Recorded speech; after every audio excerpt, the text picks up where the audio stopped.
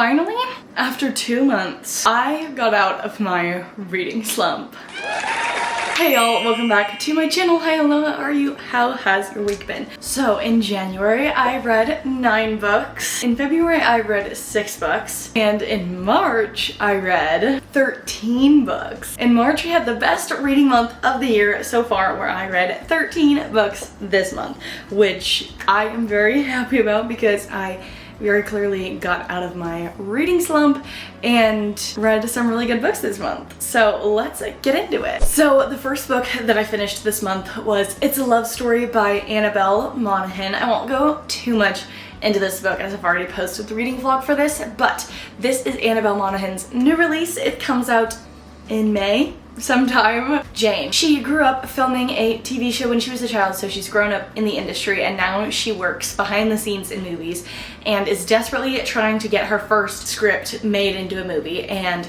in her desperate attempts to try to get a certain movie made, she makes promises that she can't necessarily deliver on, which ends up with her having to spend a lot of time with the male main character, Dan. I'm not gonna lie, this one took me a while to get into. I just, for most of the time, was just kind of bored and not really invested in the relationship at all. Like, one of the first things that Annabelle Monaghan says about the male main character is that he looks like he doesn't brush his hair, which is honestly one of my personal biggest icks. And so the fact that that was like one of the first things that she said to describe the male main character just kind of like put me off him for the rest of the book. So then I was like bored because I was like, I don't even like this guy. However, like, I do really like how Annabelle Monaghan's books are very similar to Emily Henry's books in that they are really women's fictions disguised as romances. I did enjoy seeing the parts of the female main character really like discovering who she was as a person. So I ended up reading this a 3.5 stars. Then I was reading books for my clean sports romance recommendations video, and the first book that I read was The Perfect Putt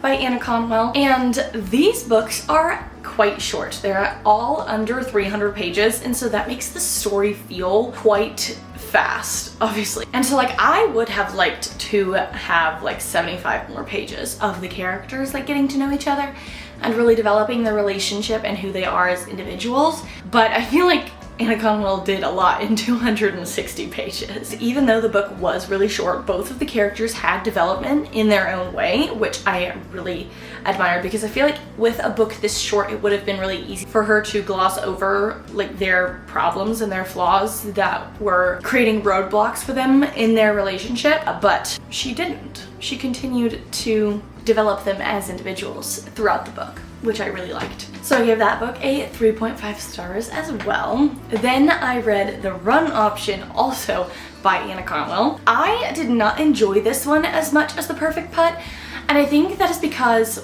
while I said that The Perfect Putt was really fast, there was really only like one major plot point happening throughout the book. However, in The Run Option, there was like 6 different things that were going on at the same time, and it just made the book feel a little bit more crowded, and that we spent more time on these individual plot things rather than like developing the relationship between the two characters. But so this one is Willow and Jason, and it is a marriage of convenience where Willow kind of screws up her life a little bit and comes to learn that her visa is about to expire and she will lose everything that she's built for herself here in the US if she does not find a way to stay in the US.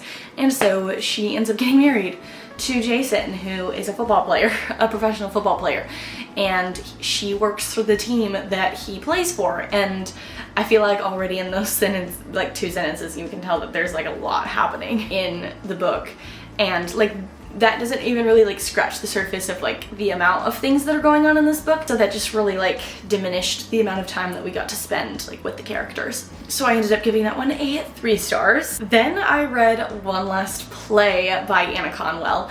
Now this one is a bit different than the other 2 sports romances that I read by her, because this one is like a football coach. But so it follows MJ and Sebastian. Sebastian has been raising his niece her whole life, and MJ is his niece's art teacher. Basically, from page 1, Sebastian is kind of like head over heels for MJ, and she wants absolutely nothing to do with him. The whole book is really just him trying to convince her to give him a chance, and I just love a good book where the guy falls first and is just so down bad for the girl the whole entire time, which is exactly what this was, and so I really enjoyed that. Also, it felt a lot longer than I think it actually was. Let's see, this book is 271 pages, but it felt like at least 350 pages, and I think that was just like a testament of how into the book I was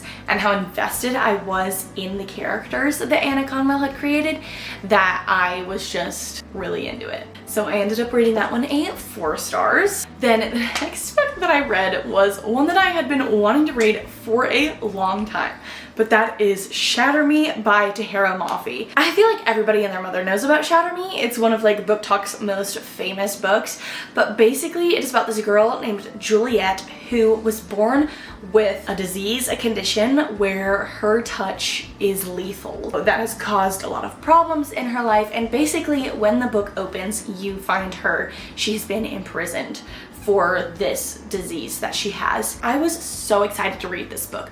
You know, similar to my experience with the Inheritance games, this was a series that I had convinced myself was going to be a 5 stars just because the premise sounded like it was right up my street, and dystopian is my all-time favorite genre to read, so I was so excited for it. So imagine my disappointment when I read it and I am just so utterly and totally confused the entire time. I can't figure out why the characters are acting the way that they are. I can't seem to figure out how these characters connect to each other, why they're doing things and why they're saying certain things, and why the world has fallen into disarray and how they relate to each other and what all is going on. I was so confused the entire time I was reading it, and it felt like I was missing chapters of the book. Like I genuinely was like looking to make sure that like the edition I was reading was like the full and complete edition of the first book,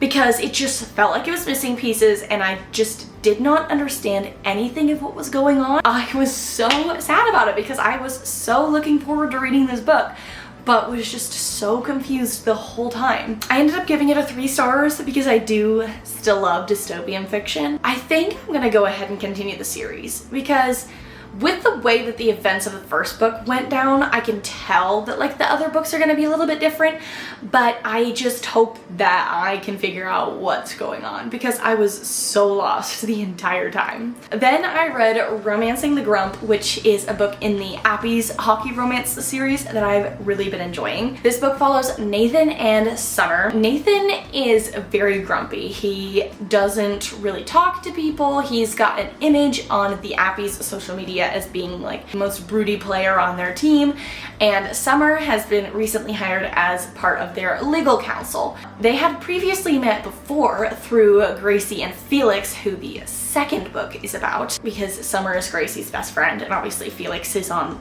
the hockey team with Nathan. Nathan caught Summer's eye from the get-go. However, he did not really show any interest in her. Now they have to like work together, which is like kind of awkward. I did enjoy this book, okay? I feel like this one, really more so than some of the other books in the series, we really got to see the characters grow and develop throughout the story. But I still wouldn't say it is my favorite book in the series. I think that title would still be held by A Groom of One's Own, but that's besides the point. So I ended up giving this one a 3 stars. Then I listened to the audiobook version of Divergent because I really was in my dystopian era this month, because this is not the last dystopian book that I read this month. I had read Divergent when I was a lot younger, and I had watched the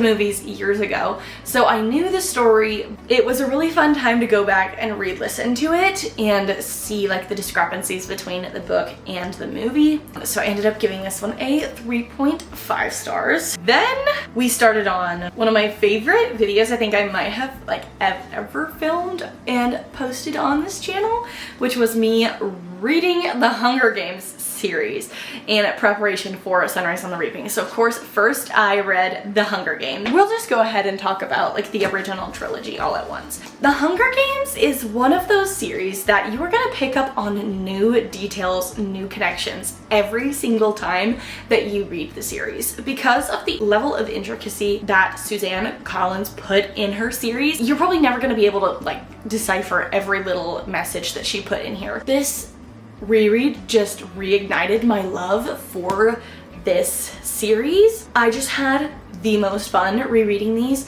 and getting to be back with these characters. If you ever take a book recommendation from me, let it be this series, because I truly think that the Hunger Games series is one of those book series that transcends age demographics. I think you can enjoy this if you are 8 years old or 88 years old. You know, I said in my video that I feel like every generation is going to be able to relate to the Hunger Games for a different reason.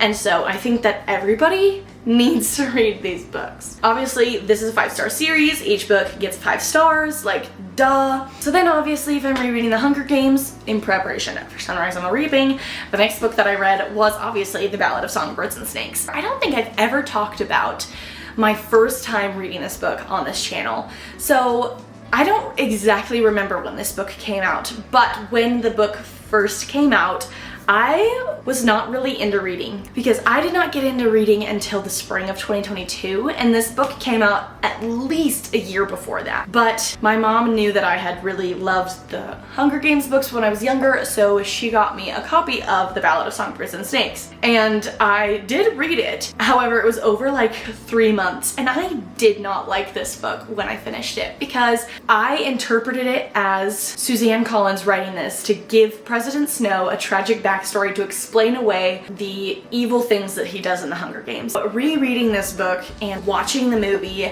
has given me a deeper appreciation for this book. I think she wrote this book for the purpose of showing that President Snow was always the way that he was, and there's nothing really in his childhood, in his backstory, that would explain away the way that he chose to be as an adult, showing that like other people that he was really close with endured the same things that he did, yet had a very different outcome in how their lives turned out. I had like started rereading this book around the time when the movie came out.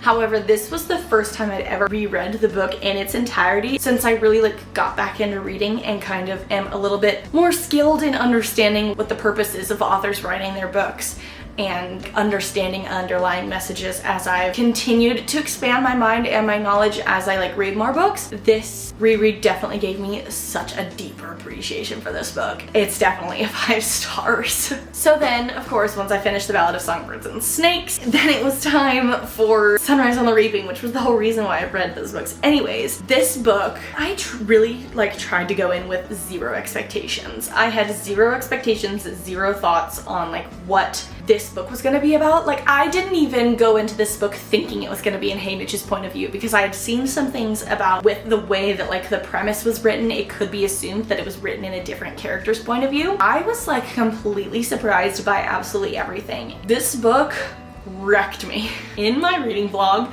there is footage of me full on sobbing over this book in public. If you think that your heart got ripped up by the other 4 books in this series, like your heart actually got shredded by this book. Even just thinking about it right now gives me chills. I finished this book over a week ago, and just last night I stayed up an hour later than I meant to, just scrolling on TikTok through videos of people talking about little tiny details connecting this book to the original trilogy and just like crying about it. That is another great thing about Sunrise on the Reaping, is that obviously you know what's gonna happen, and so you're expecting to see certain characters in this book that you met in the original Hunger Games trilogy and in The Ballad of Songbirds and Snakes. However, their interactions in this book did not feel like fake at all. I feel like it would have been really easy for her to just name drop a bunch of characters that people loved from the other books, but there was a purpose behind every character's existence in this book. The way that Suzanne Collins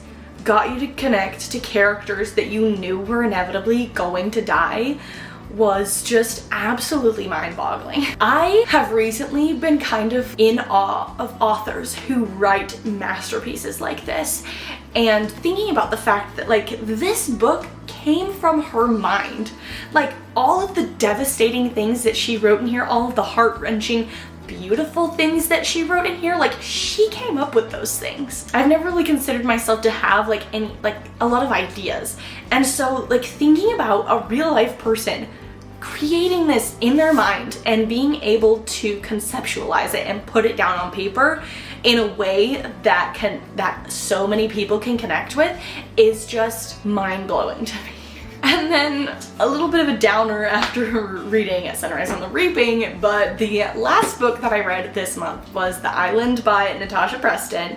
I'm not going to talk too much about this book because the reading vlog is going up this Saturday, but this book was very interesting. I was excited for it because it kind of gave a little bit of like Caraval vibes, because it's about a super exclusive theme park for the rich, and this group of 6 influencers get invited to go to the park before it opens to kind of like create a little bit of buzz for it. It's a thriller, so you can assume what ensues after that. This book was a little bit cringy because, like I said, it's a group of 6 influencers, TikTok influencers to be more specific. So that meant that there were a lot of references to TikTok in particular, and sometimes that just doesn't really come across well in books. A lot of people read for escapism and thus don't want too many things that have them thinking about their real life, and I feel like one surefire way to draw people out of the story is to start dropping pop culture references specifically on TikTok. Most people have a TikTok account, if not they just at least know about it. Talking about it is just like a way to draw the reader out of the story and like remind them that they're reading and not like actively in the story. And the female main character was very much a pick-me, so that was really unfortunate. I ended up giving this 2.5 stars. That was unfortunate because I was like excited for this book and then I was just disappointed. But anyways, those are the however many books I said I read in March. But I did have a really good reading month. Found some new series that I really enjoyed, continued some old series that I really enjoyed, and read some absolutely heartbreaking books on purpose and said thank you. I can't wait to see what all I get up to reading in April. One thing I wanted to say is that, one, I cannot believe we are already a quarter of the way through 2025. In my 2025 reading challenge, I did set my reading goal to be 100 books for the year, and as of today that I'm filming this, I have read 28 books. So I am 4 books ahead of schedule, but I am over a quarter of the way through my reading challenge for this year. That's exciting to be like a quarter of the way through the year, but also a quarter of the way through my reading challenge. And especially when I had like 2 months of book slump at the beginning of the year. Anyways, that is all I have for you guys today. If you enjoyed this video, please give it a thumbs up to let me know that you enjoyed this type of content. Comment down below your favorite book that you read in March and any books that you're excited to read in April. And subscribe to my channel for more bookish content in the future. I hope you have a lovely rest of your week, and I will see you guys next time. Bye.